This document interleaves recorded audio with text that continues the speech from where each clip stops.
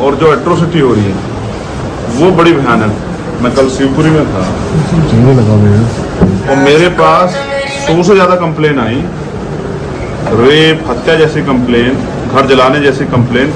कोई कार्रवाई नहीं हो रही, और अगर कार्रवाई के लिए थाने जाते तो पुलिस उल्टा धमका के जो है ये कह देती कि जेल भेज देंगे। तो मैं समझता हूँ कि जब बिना सूचना के 100 से ज़्यादा कंप्लेन आई होगी तो यहाँ अत्याचार की घटनाएं कितनी बढ़ रही हैं। अगर पुलिस और सरकार मिलके महिलाओं को, गरीबों को, किसानों को, मजदूरों को सुरक्षा नहीं दे सकती है तो ऐसी सरकार की जरूरत इन वर्गों को क्यों है। बड़े पैमाने पे मैंने ये नोटिस किया। अभी सबसे बड़ा मुद्दा जो है वो पिछड़े वर्ग का जो आरक्षण था, तो पिछली सरकार ने 27% की बात की और बाद में वो 7.5% पे पंचायत चुनाव हुआ। यानी कि सबसे ज्यादा अगर कहीं अन्याय जहां खुद 90% आबादी बहुजन समाज की है उस प्रदेश में हो रहा है तो वहां के आवाज को, उनकी आवाज को, उनके साथ होने वाले अन्याय की आवाज को हमें मजबूती से उठाना पड़ेगा। यहाँ दलितों का जीना दुर्भर हो गया है। आज भी आजाद भारत में जो घटनाएं पहले सुनी जाती थी कि गुलाम भारत में होती, शाहजहांपुर में जो हुआ कि उस बच्ची को इसलिए नहीं पढ़ने जाने दे रहे हैं कि भाई वो अगर उस गांव से कोई बेटी पढ़ने नहीं जाती है तो आज तो महिलाओं को बराबर के अधिकार है। आज तो इस देश की राष्ट्रपति महिला है।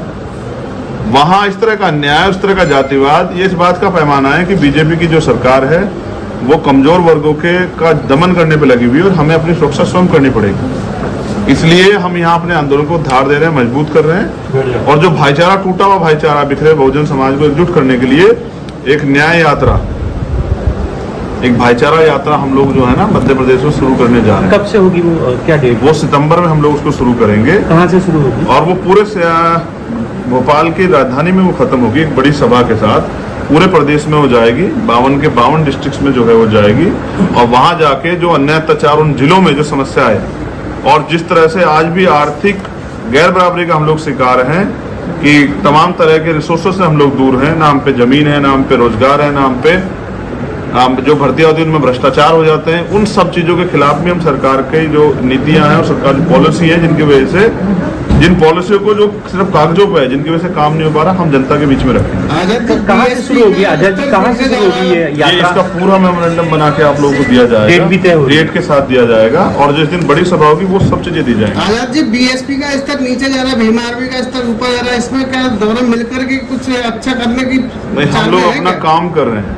अब समाज को तय करना है कि उनको किन के साथ जाना है, उनके साथ जो सिर्फ चुनाव लड़ते हैं या उनके साथ जो संघर्ष कर रहे हैं। आप भी जानते हैं कोई ऐसा इशू नहीं होगा मध्य प्रदेश का जिसमें भीम आर्मी के लोग खड़े होके कमजोर वर्ग को न्याय दिलाने के काम नहीं करते हैं। अब चूंकि इलेक्शन है तो क्या कोई तैयारी, जिस तरह उत्तर प्रदेश में आप मैदान में आए थे, क्या यहाँ पर भी? यहाँ तैयारी उससे ज्यादा बड़ी। यहाँ लड़ेंगे मतलब? हाँ, यहाँ लड़ेंगे। सिर्फ इलेक्शन ही लड़ेंगे, लोगों का दिल भी जीतेंगे, उसके लिए मेहनत करेंगे। जिन लोगों के लिए काम करते हैं, कल शिवपुरी में सभा थी और बारिश के बावजूद जो हुजूम था, टेंट के जितने अंदर लोग थे उतने बाहर थे। ये इस बात का पैमाना है कि यहाँ बीजेपी कांग्रेस से लोग त्रस्त हैं और वो नया विकल्प चाहते हैं।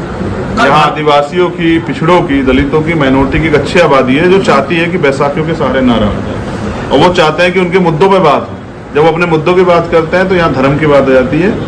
75 साल से हम लोग इन लोगों पर भरोसा किए और हमारे हिस्से में सिर्फ झूठन आई। अब बहुजन समाज के लोग हैं झूठन पे जिंदा नहीं रहना चाहते, अब अपनी लड़ाई लड़ना चाहते हैं और अपने पैरों पर खड़ा होकर राजनीतिक व्यवस्था के जरिए अपनी समस्याओं को हल करना चाहते हैं। एक बड़ी घटना हुई, प्रीतम लोधी का एक स्टेटमेंट आया जिससे ब्राह्मण समाज नाराज हो गया, FIR भी दर्ज कराई गई उनके विरुद्ध और लगातार प्रदर्शन हो ही रहे हैं। और आप कैसे देखते हैं वो, चूंकि कल बाबा साहब अम्बेडकर की प्रतिमा पर पहुंचे थे और उनकी शरण में वो पहुंच गए, क्या आपका साथ? वो सही रास्ते पे आ गए हैं।